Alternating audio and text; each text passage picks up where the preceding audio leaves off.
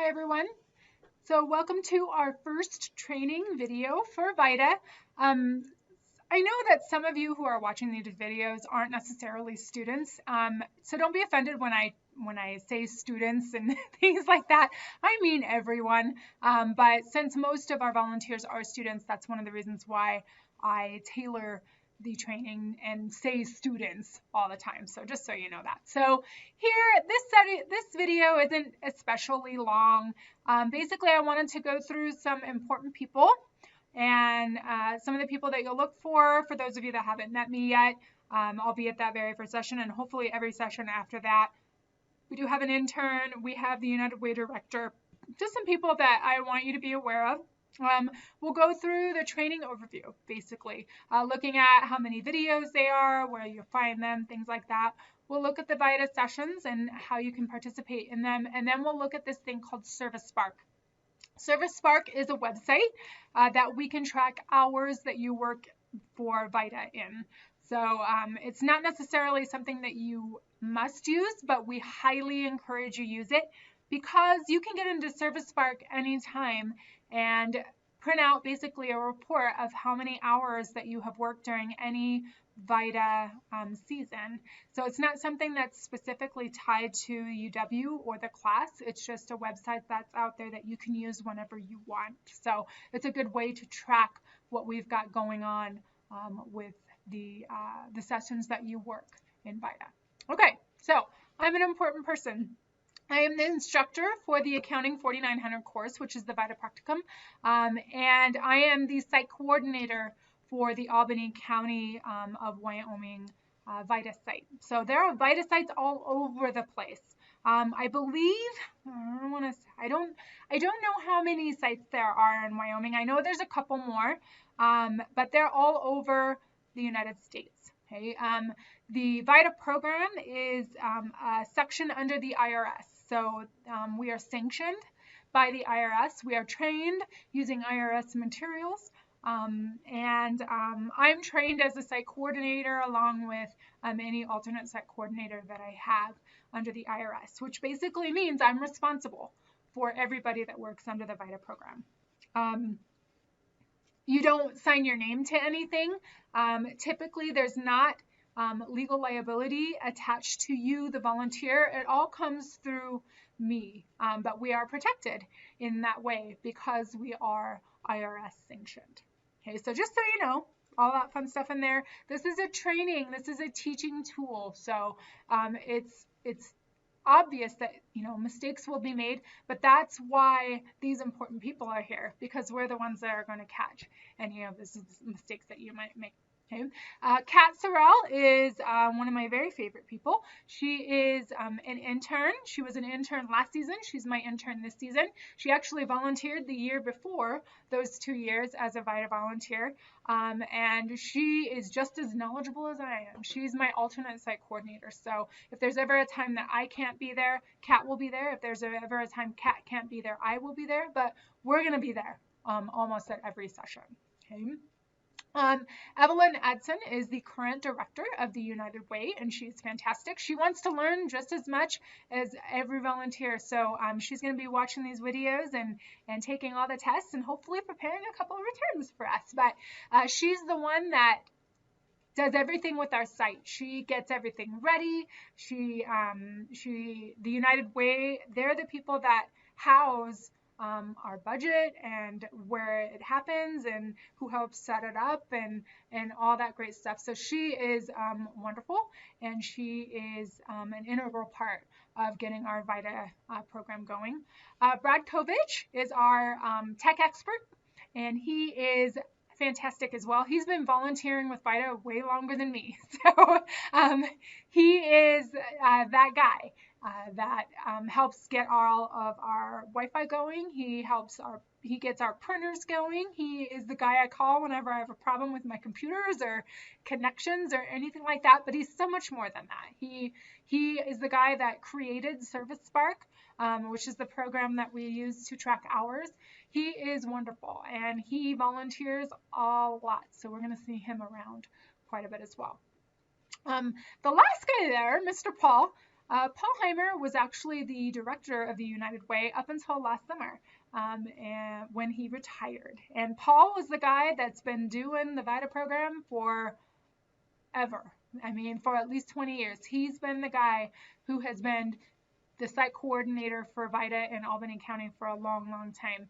He tapped me into it a few years back because he knew he was going to retire and he wanted to make sure that the program kept going. And that's when UW decided to take it into their hands. Even though United Way is still very much involved, the VITA program is housed with UW now.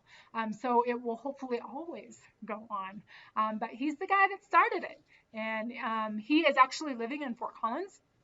And we're hoping that we get him a couple of Saturdays. He's told me he's gonna, but it always depends on whether he feels comfortable enough to come down with all the COVID-19 stuff.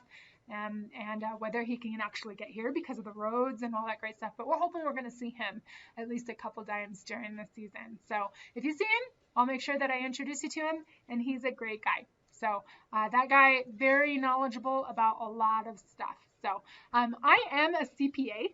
So for those of you that, if you worry about that, I do have a CPA license. I've been preparing taxes for a long time. I know a lot, but I don't know everything. So some of the stuff that we are going to be learning is brand new to me this year as well. Because of the COVID-19 pandemic, we've had a lot of interesting things happen, like economic stimulus payments and a couple of additions to the 1040 that weren't there in the previous year. So like I said, some of the stuff I'm learning just like you are. So we'll make sure that we hit all of those important points there. Okay, so training overview. This is the first of 9 videos, okay? And the next slide will kind of go through what those videos all entail, but there are 9 of them, and you're required to watch them. Make it through all the videos in order to volunteer for a session. Okay. Training sources that are available on the internet. So we have this thing called the training guide. It's called Publication 4491. I just Googled it and it brings it right up. It's a PDF that's huge. It's got like 400 pages to it. But that's what I use to help train you guys. I prepare fun little slides and documents and stuff like that. But that's the guide that I really follow when we are training you guys. So if you want to download that guide and have it available for when you want to look something up, you're more than welcome to do that. Just don't print it because you'll be printing forever. Okay. The resource guide, it's publication 4012. You can get that on Link and Learn, but it's the 2019 guide, not the 2020. So you want to make sure that you're looking for the 2020 versions of all of these publications here. I've noticed on Link and Learn they haven't updated some of the training guides. Some of them are, but some of them aren't. So just be careful when you do that to make sure you have the 2020 version. I also have a copy of the resource guide outside my door of my office in the College of Business. Okay, so if you wanted to come up and grab one of those, you're more than welcome to. I have a ton of them. So please come and get a hard copy of that for your records. There will be resource guides available to you at every session. So you never have to bring your own copy. We encourage people not to bring anything from home except themselves and maybe something to drink. But we won't be allowing you to eat in there, anything like that, simply because of COVID-19. Leave all that fun stuff at home. If you really need something, that's fine. We'll make that work. But the resource guide will be available to you at the site, so you don't have to worry about bringing that in. Okay. Some of the current items at linklearncertification.com, that's this website we use for testing purposes. The volunteer standards of conduct, it's a code of conduct, the ethics training for the VITA program. It's called Publication 4961. That is available at Link and Learn.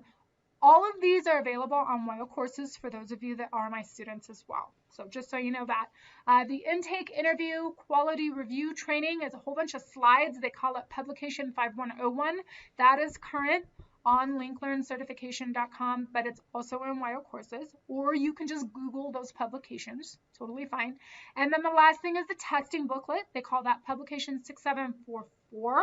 Okay, so that is also current on linklearncertification.com. I also have a hard copy of the testing booklet outside my door as well. So my office is BU241 It's on the east side of the College of Business. It's in the new side. It's up on the second floor in the accounting and finance wing. So it's room 241 for those of you that would like a hard copy, or if you want to email and say, hey, can you bring one to me? I can do that too. No problem at all. So those are the main sources for training that are available for download. I have a couple of other things that will be available for you in WIO courses. For those of you who are not students, if you would like some of the stuff that I use in training for yourself, please let me know and I'll just email them to you. It's not a big deal at all for that. Okay. All right, so the videos, there are 9 of them. Okay, basically what I do is I train you over certain things. Like this one, I'm doing this training and session overview in Service Spark. In the second video, I'm going to go through Link and Learn with you and what we call the training lab, which is something that we use when we go through certain tests. Okay. The third one, I'm going to talk about the standards of conduct and the intake, interview, and quality review training. And I'm also going to go through those exams with you in the exam testing booklet. Okay. Video 4, I'm just going to go through the 1040. Okay, and all the schedules and forms that go along with it that we will use the most. Okay. Video 5, video 6, video 7, and video 8 is going to be tax law. Okay. I also, at the end of those videos, will go through certain exam questions in the basic test that are pertinent to that particular video. I go through all the exams that you need to volunteer for VITA in these 9 videos. Okay. So what I do is I like to kind of pepper them into the videos so you're not just sitting there looking at an exam and doing it and doing it and doing it. I skip here and there for the different ones there. So this video 3 is where I do 2 of the exams, the standards of conduct and the intake, interview, quality review exams. And then the other exam is called the basic exam. And that's what, like I said, peppered in between 5, 6, 7, 8, and then 9. Okay, is basically, if you look into your testing booklet, you'll see that there are 5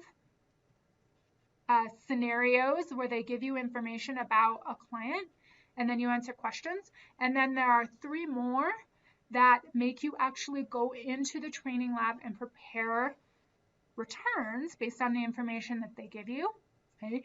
Those 3 house most of the questions in the basic exam, and I like to take that last video and go through those last 3 scenarios and the exam questions and give that to you. So, I mean, like I said before, I want to make sure that the training sticks to about the 8-hour time frame for all the videos.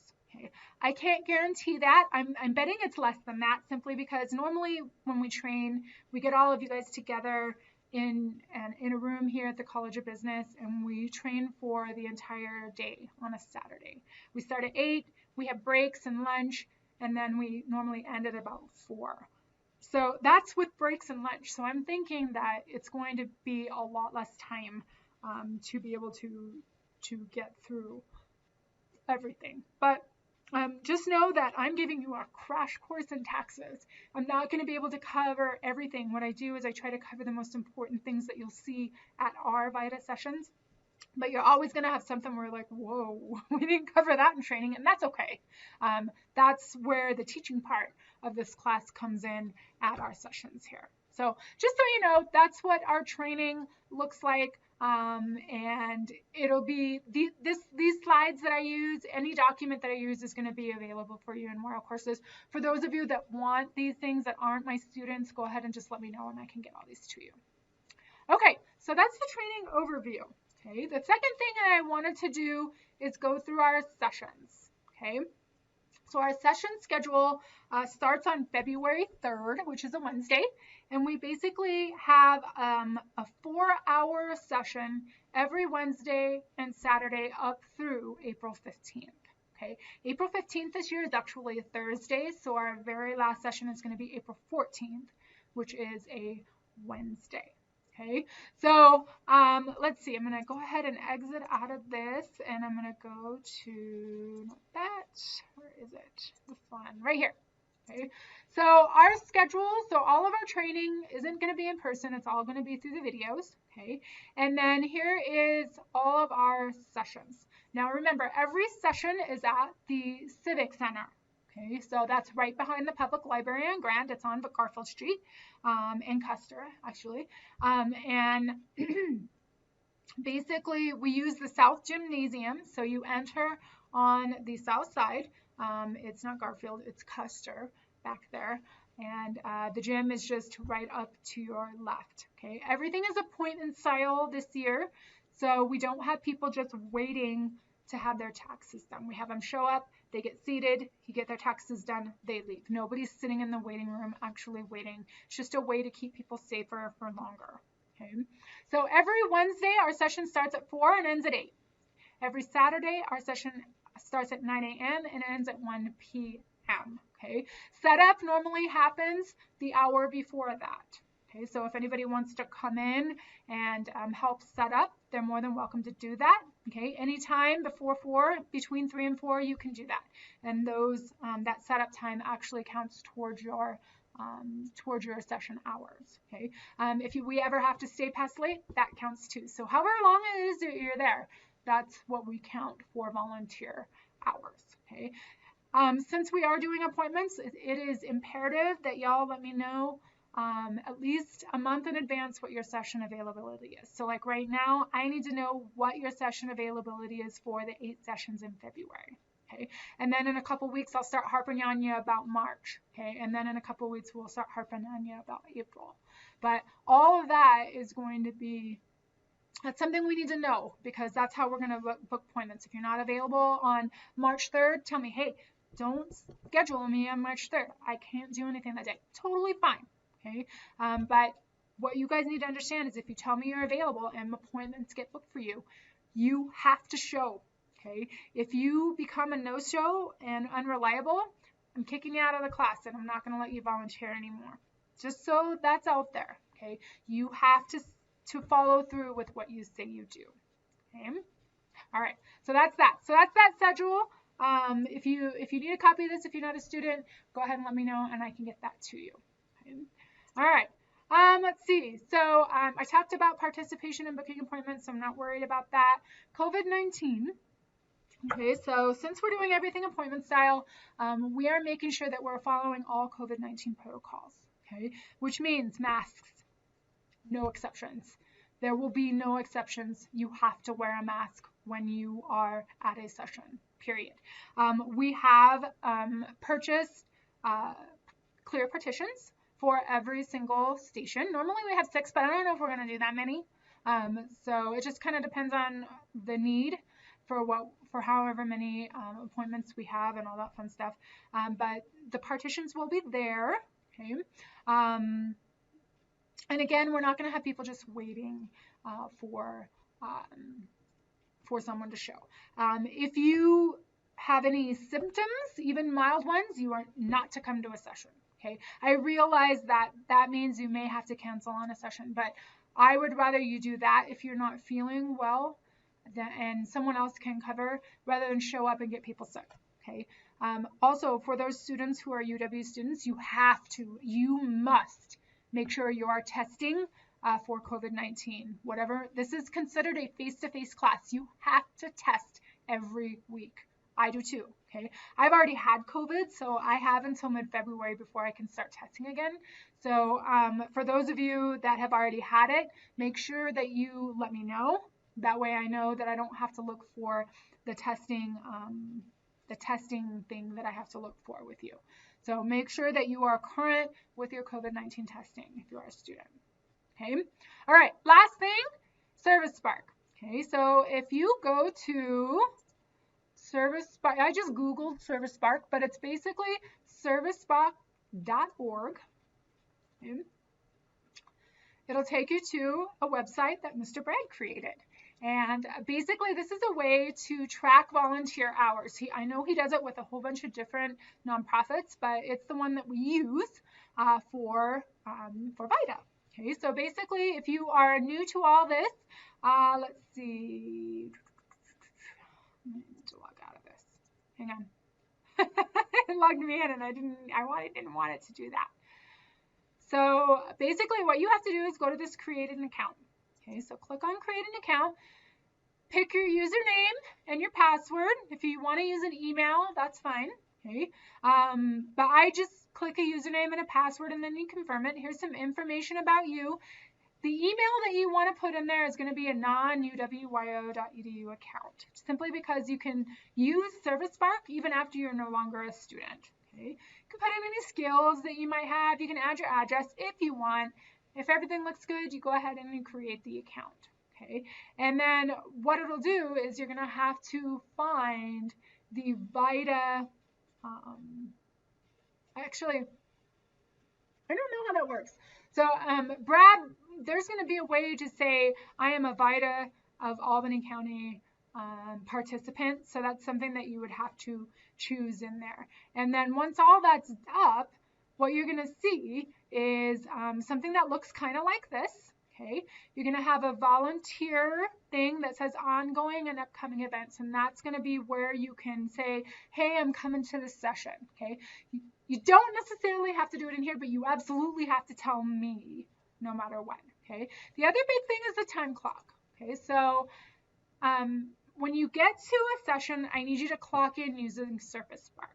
Okay, there's also going to be a little place for you to sign your name and put the time that you came into the session. Okay, that's for me. Okay, I want to do that. Okay, let me log back in again. Hang on. So it just automatically logged me out. So those things will be available for you. Okay, what I'll have at every session is a clock in token and a clock out token. Okay, so what you do is you log into ServiceSpark, you hit the time clock, and you say, I have a time token, and you enter that time token in and you clock in. And then you do the same thing. You log back in and you hit time clock, and it says, I would like to clock out. It'll enter the clock out token, and then it will record your hours. We can go in and manually fix this. Every year I have students, I'm like, oh, I forgot to clock in. Oh, I forgot to clock out. That's okay. Okay, Brad and I can go in there and we can manually change that. But I like to get you guys used to doing the ServiceSpark clocking in and clocking out every single session you're working, because you can go in anytime and look at your hours and print off a report and use it on your resume, all sorts of fun stuff that we can do. Okay, so that's basically ServiceSpark in a nutshell. And if you need any more help with that, please let me know and we'll get it going for you.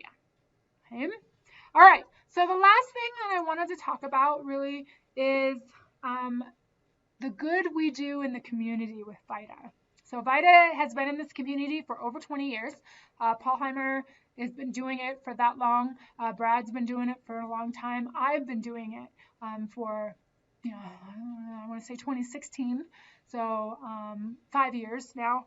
And what we do is we help people do something that they can't do themselves or that they don't want to do themselves. And it's an awesome feeling to help people do that. We give our time to make sure that people get what they need. Everybody has to file a tax return. Almost everybody has to file a tax return. Everybody should file a tax return, but for a lot of people, the United States system is really daunting and it's scary, and they don't want to do it. They don't want to have to buy TurboTax or TaxSlayer or go to the irs.gov website and do it for free. So they want someone to help them out with it. And that's what we do. We do a lot of good. People very much appreciated us. But what we have to understand is that, this is what we do for them. We have to make sure that we are conducting ourselves in a way that doesn't reflect badly on the program. Okay. Everybody has differences in opinion, especially when it comes to politics. We have to put that aside. You're going to get people that come in that say certain things that you don't agree with. You have to put it aside. I would never be one to advocate not using your opinion, but when it comes to this program, we have to be the bigger person. I guess is the way to say it. I have to bite my tongue too, and I do it every year, and it doesn't feel good, but the good outweighs the bad 100,000 times fold. What you're doing is amazing for the community, and if you're a student, you're getting college credit for it as well, and it looks great on a resume, whether it's a college credit or not. So just keep that in mind as you're going through every session, making sure you understand. Sometimes we have to bite our tongue and it's not fun, but it is what it is. Okay? Any questions about anything in video 1, please let me know. I'm available to answer those questions for you.